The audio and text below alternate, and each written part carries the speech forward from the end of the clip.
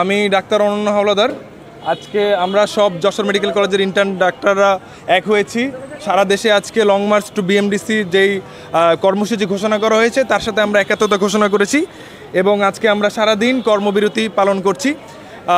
ডাক্তারদের আজকের এই অস্তিত্বের সংকটের যে মুহূর্তে আমরা দাঁড়িয়ে আছি সেখানে আজকে আমাদের কিছু বিষয় নিয়ে কথা না বললেই নয়। আমাদের অনেক দিনের চাওয়া পাওয়া সেগুলো নিয়ে আমরা আজকে 17 দফা নিয়ে হাজির হয়েছি, যেগুলা আমরা অলরেডি প্রস্তাবনা করেছি এবং তার সাথে আমরা বাস্তবায়ন করার জন্য যতদিন আমাদের এই আন্দোলন চালিয়ে যেতে হয় আমরা চালিয়ে যাব এবং আমরা সবাই এক হয়েছি এবং যশোর মেডিকেল কলেজ হাসপাতালের ইন্টার্ন চিকিৎসক বৃন্দ যারা আছেন সবাই মিলে আজকে আমরা এক হয়েছি যে আমরা এই আমাদের যে 17 দফা দাবি সেটা না মেনে নেওয়া পর্যন্ত আমরা এই আমাদের কর্মসূচি চালিয়ে যাব।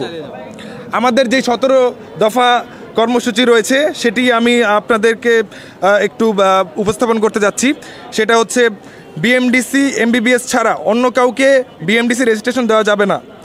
এখন পর্যন্ত যত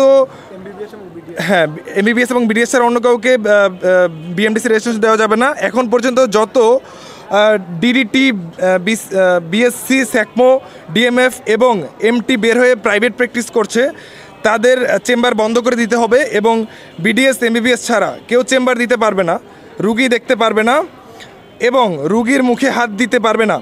দিলে তাকে জেল জরিমানার আওতাভুক্ত করতে হবে। সকল ফার্মেসিতে এমবিবিএস এবং বিডিএস ডাক্তারের প্রেসক্রিপশন ছাড়া কোনো ওষুধ বিক্রয় করা যাবে না। শুধুমাত্র ডাক্তার, মেডিকেল এবং ডেন্টাল স্টুডেন্ট ছাড়া আর কেউ সাদা অ্যাপ্রন পড়তে পারবে না। ঠিক আছে। এমবিবিএস এবং বিডিএস ডিগ্রিধারী ব্যতীত অন্য কেউ ডাক্তার পদবি ব্যবহার এবং লিখতে পারবে না। বিএসসি টেকনোলজিস্ট বন্ধ করতে হবে এবং আজীবনের জন্য আর টেকনো সিলেবাস পরিবর্তন করে ইউকে সিলেবাস এমবিবিএস এবং বিডিএস ডেন্টাল টেকনিশিয়ানের সিলেবাস করে দিতে হবে এবং এমবিবিএস ছাড়া কেউ আলট্রা করতে পারবে না। চিকিৎসকদের কর্মক্ষেত্রে নিরাপত্তা দিতে হবে। ঠিক, এটা খুবই বেশি দরকার। ইন্টার্ন এবং পোস্ট গ্র্যাজুয়েটদের বেতন বাড়াতে হবে। ঠিক, যত দ্রুত সম্ভব WFME অ্যাক্রিডিটেশন, ইন্টার্নশিপ এবং কলেজের যৌক্তিক মাইগ্রেশন ব্যবস্থা চালু করতে হবে। শুক্রবার ও শনিবার সাপ্তাহিক 2 দিন ছুটির ব্যবস্থা করতে হবে। স্বাস্থ্য ক্যাডারে বিসিএস পরীক্ষা হতে হবে শুধু মেডিকেলের সিলেবাসে। যখন যাকে ইচ্ছা অযৌক্তিক কারণে বদলি করা যাবে না।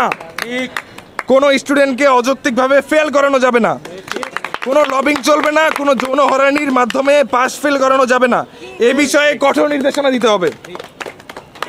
এমবিবিএস এবং বিডিএস প্রফেশনাল পরীক্ষায় যে সাবজেক্টের যে অংশে ফেল করবে শুধু সেই অংশের পরীক্ষা নিতে হবে এবং বিডিএসদের একসাথে একই দিনে কম্বাইন্ড সাবজেক্টের যে কোনো একটা সাবজেক্টের রিটেন ভাইভা এবং অসপি নিতে হবে।